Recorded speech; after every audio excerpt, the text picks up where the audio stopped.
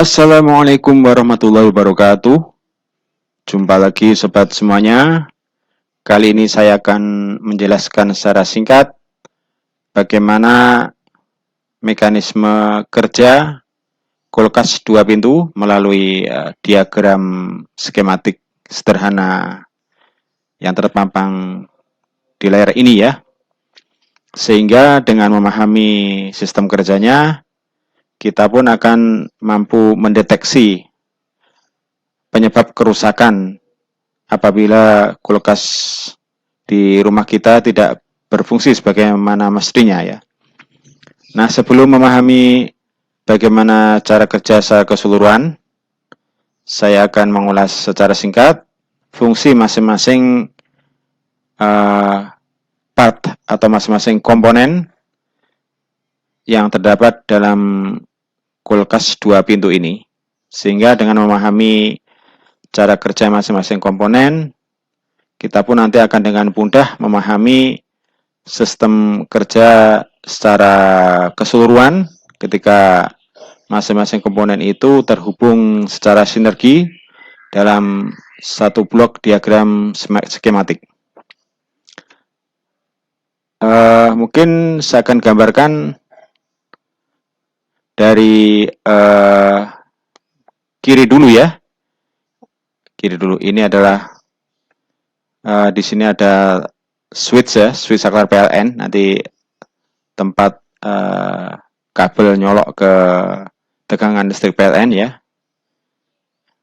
Kemudian berikutnya adalah di sini ada termostat. Yang saya lingkar ini ya. Ini fungsinya adalah semacam sekring pengaman ya. Apabila terjadi kerusakan misalkan pada kulkas atau kompresor sehingga fungsi pendingin tidak jalan sehingga kulkas ruangan mengalami pemanasan yang tinggi, secara otomatis termostat ini akan memutus tegangan listrik. Nah, termostat ini mirip dengan fungsi resistor berjenis PTC ya, PTC, positif temperatur koefisien. Artinya jika tegangannya naik, maka tahanannya juga ikut naik ya, sehingga berfungsi menjadi penghambat. Arus akan terblok, tidak akan mengalir ke badan kulkas, sehingga kulkas tetap aman. Berikutnya adalah komponen timer ya, ini komponen penting ini ya. Timer atau lengkapnya defrost timer, ini adalah komponen yang berfungsi mengubah mode kerja dari sistem pendingin ke sistem pemanas ya. Jadi ini ada saklar utama ini ya. Ini ada angka 2, 3, 4. Nah, ketika kaki 3 berhubung ke 4, dan ini kaki 3 menghubung ke 4, seperti ini saya kasih tanda merah ini berfungsi sebagai pendingin ya, yang mendinginkan kulkas. Ketika kulkas sudah dingin, maka nanti akan berpindah menjadi pemanas. Ya, kaki 3 ke kaki 2 ini. Di sini timer menjadi pemanas. Artinya nanti fungsi pemanasan atau defrost akan berfungsi sehingga mencairkan bunga-bunga es yang ada di kulkas. Nanti akan saya bahas secara lebih detail ya fungsi ini. Itu timer. Berikutnya adalah ini bagian heater ya. Ada pad heater dan defrost heater. Ini ketika nanti kulkas sudah sangat dingin, dia akan berfungsi sebagai pemanas ya. Tujuannya untuk mencairkan bunga-bunga es yang masih ada. Kemudian berikutnya adalah thermofuse. Nah, saya ingkar ini. Thermofuse ini adalah semacam sekring pengaman ya. Artinya ketika nanti tegangannya sangat tinggi, pemanasannya sangat tinggi, maka dia berfungsi sebagai pemutus ya, sebagai pemutus tegangan sehingga menghentikan fungsi heater. Berikutnya adalah ini lampu ya, lampu standar, lampu interior, lampu. Kalau pintu ini hubungannya dengan pintu ya, di sini ada switch pintu. Pintu kulkas dibuka, otomatis switch akan menyambungkan ke kaki lampu sehingga lampu akan menyala. Sebaliknya kalau pintu ditutup maka switch akan menutup ya, menutup sehingga tidak terhubung arus dan lampu akan mati. Berikutnya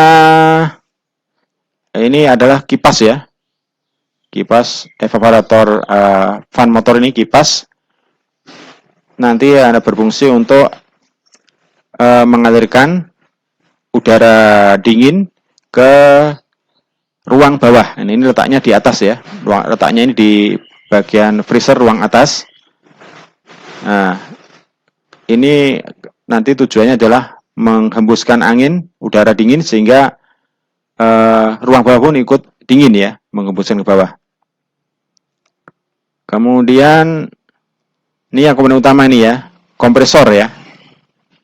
Ini kompresor ini komponen utama dari kulkas, yaitu tujuannya, fungsinya adalah mengalirkan freon ke evaporator ya.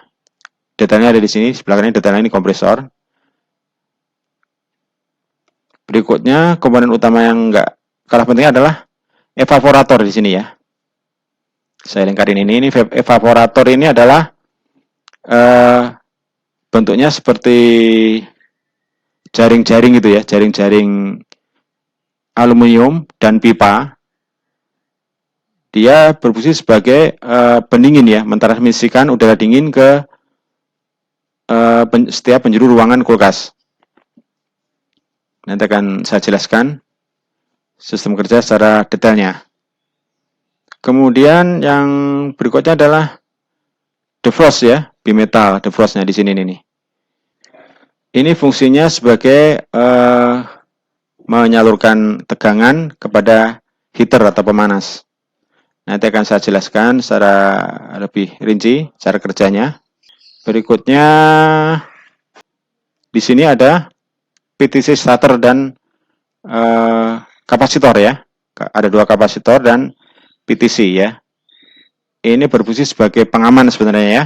Jadi kalau nanti kompresor sudah panas sekali, maka PTC ini atau positif temperatur koefisien ini berfungsi sebagai pemutus ya, pemutus arus tegangan dari kompresor ke kapasitor. Nah, sehingga tegangan yang mengalir ke kapasitor akan lebih kecil. Berikutnya juga akan memperlambat kerja kompresor ya, sehingga kompresor tidak terlalu panas. Baik, kira-kira demikian ya fungsi masing-masing komponen beserta cara kerjanya. Nah, sekarang saya akan menjelaskan cara kerja secara umum ya, secara menyeluruh bagaimana kulkas 2 pintu ini bekerja. Jadi intinya ada 2 fungsi utama ya kulkas ini. Fungsi pendingin yang pertama, kemudian nanti fungsi pemanas sekaligus ya. Artinya ada 2 mode ya, mode pemanas dan mode pendingin ya. Pertama mode pendingin dulu. Pendingin ini kulkas akan mendinginkan ruangan, terus dingin terus sampai nanti lama-lama, terutama di bagian freezer ya, saking dinginnya mungkin akan mencapai di bawah 0 derajat ya, sehingga tercipta bunga-bunga es itu ya, itu saking dinginnya. Nah, ketika sudah mencapai sangat dingin tersebut, maka secara otomatis kulkas akan berfungsi sebagai pemanas ya, mode pemanas akan bekerja. Nah, ini tadi di timer ini akan bekerja beralih ke mode pemanas, sehingga fungsi defrost akan mencairkan bunga-bunga es. Nah, lambat laun kulkas akan tidak terlalu dingin ya, kembali ke suhu ruangan kulkas ya sekitar 4 derajat atau 5 derajat. Nah, setelah kembali ke 4-5 derajat baru ke switch ini akan pindah ke mode pendingin lagi. Begitu seterusnya ya. Dari mode pendingin, kemudian mode pemanas, berulang-ulang. Ini diatur oleh timer di sini. Nah, sekarang yang pertama saya jelaskan bagaimana fungsi di mode pendingin. Mode pendingin adalah ketika saklar timer ini terhubung ya. Ini dari yang di sini kita lihat ada angka 3 ke angka 4 ini terhubung. Nah, di sini otomatis tegangan listrik, ini saya gambarkan dengan garis merah ini ya. Tegangan listrik ke sini akan langsung bisa menghubungkan ke kompresor ini ya, kompresornya. Ini tegangannya listrik 2 ini ya. Nah, saya gambarkan garis merah ini asumsikan kabel tegangan listrik. Dia akan memanaskan ke kompresor ini ya. Kompresor ini jadi panas karena berputar ya. Berputar. Nah, ketika kompresor berputar, dia akan mengalirkan freon. Freon akan mengalir masuk ke ini jaring-jaring evaporator tadi. Terus ke sini. Nah, ini akibatnya ini kulkas akan menjadi dingin, bahkan sangat dingin ya. Sangat dingin sekali. Nah, lama-lama nanti di bagian freezer dinginnya mungkin sudah terlalu dingin, bahkan di bawah 0 derajat ya, sehingga tercipta bunga es. Nah, kalau seperti itu nanti melalui komponen timer ini, kulkas akan otomatis berubah menjadi fungsi pemanas ya. Fungsi pemanas ini nanti tujuannya adalah mencairkan bunga-bunga es tadi ya. Nah, ini mode dingin. Kalau mode pemanas, maka switch timer tadi dari ini angka 3 ini ya, menghubung ke angka 4 ini. Nah, di sini ya, kira-kira ini saya gambar merah ini. Nah, kalau seperti ini maka arus listrik akan menghubungkan fungsi timer ya, fungsi timer dan fungsi heater di sini ya. Ini saya gambarkan ke sini ya. Nah, garis merah ini asumsikannya adalah kabel-kabel tegangan listriknya. Di sini dengan fungsi ini maka kompresor akan mati ya, karena tidak teraliri arus listrik ya. Kompresor akan mati, maka yang teraliri adalah heater atau pemanas. Nah, sehingga bunga-bunga es akan mencair ya, mencair sehingga tadi yang kulkas yang sangat dingin sekali bawah 0 tadi lambat laun suhunya akan naik sampai nanti suhunya naik ke tingkat suhu ruangan kulkas ya, sekitar 4 derajat atau 5 derajat. Nah, ketika sudah tercapai suhu ruangan itu, maka akan beralih ya, switch yang di timer ini beralih lagi ke fungsi pendingin ya, ke fungsi awal tadi ya. Begitu seterusnya ya, bolak-balik ke fungsi pendingin dan fungsi pemanas. Nah, yang itu secara otomatis diatur oleh dua komponen ini ya, yang tadi saya jelaskan, yaitu komponen timer dan defrost plus heater ya. Nah, kalau salah satu dari komponen ini rusak ya, entah itu timer atau defrost termo atau bimetal atau heater defrost ini rusak, maka fungsi heater tidak akan bekerja. Akibatnya kulkas menjadi terlalu sangat dingin ya, sehingga tercipta bunga-bunga es. Mungkin Bapak Ibu sering mengalami ya, ada bunga-bunga es yang tercipta itu. Akibat adanya bunga es, maka saluran udara ke ruang bawah menjadi tertutup oleh es. Nah, di sini berakibat adalah ruang bawah tidak bisa dingin sama sekali, sedangkan ruangan atas terlalu dingin ya, karena ada bunga es tersebut ya. Jadi sudah saya jelaskan di video sebelumnya, kalau di kulkas Bapak Ibu sekalian mengalami masalah seperti itu ya, ruang atas sangat dingin sekali, bahkan ada bunga es, kemudian ruang bawah tidak dingin sama sekali, maka bisa dipastikan komponen inilah yang rusak ya. Satu atau bahkan beberapa komponen ini antara timer, thermo defrost, dan heater ini tidak berfungsi.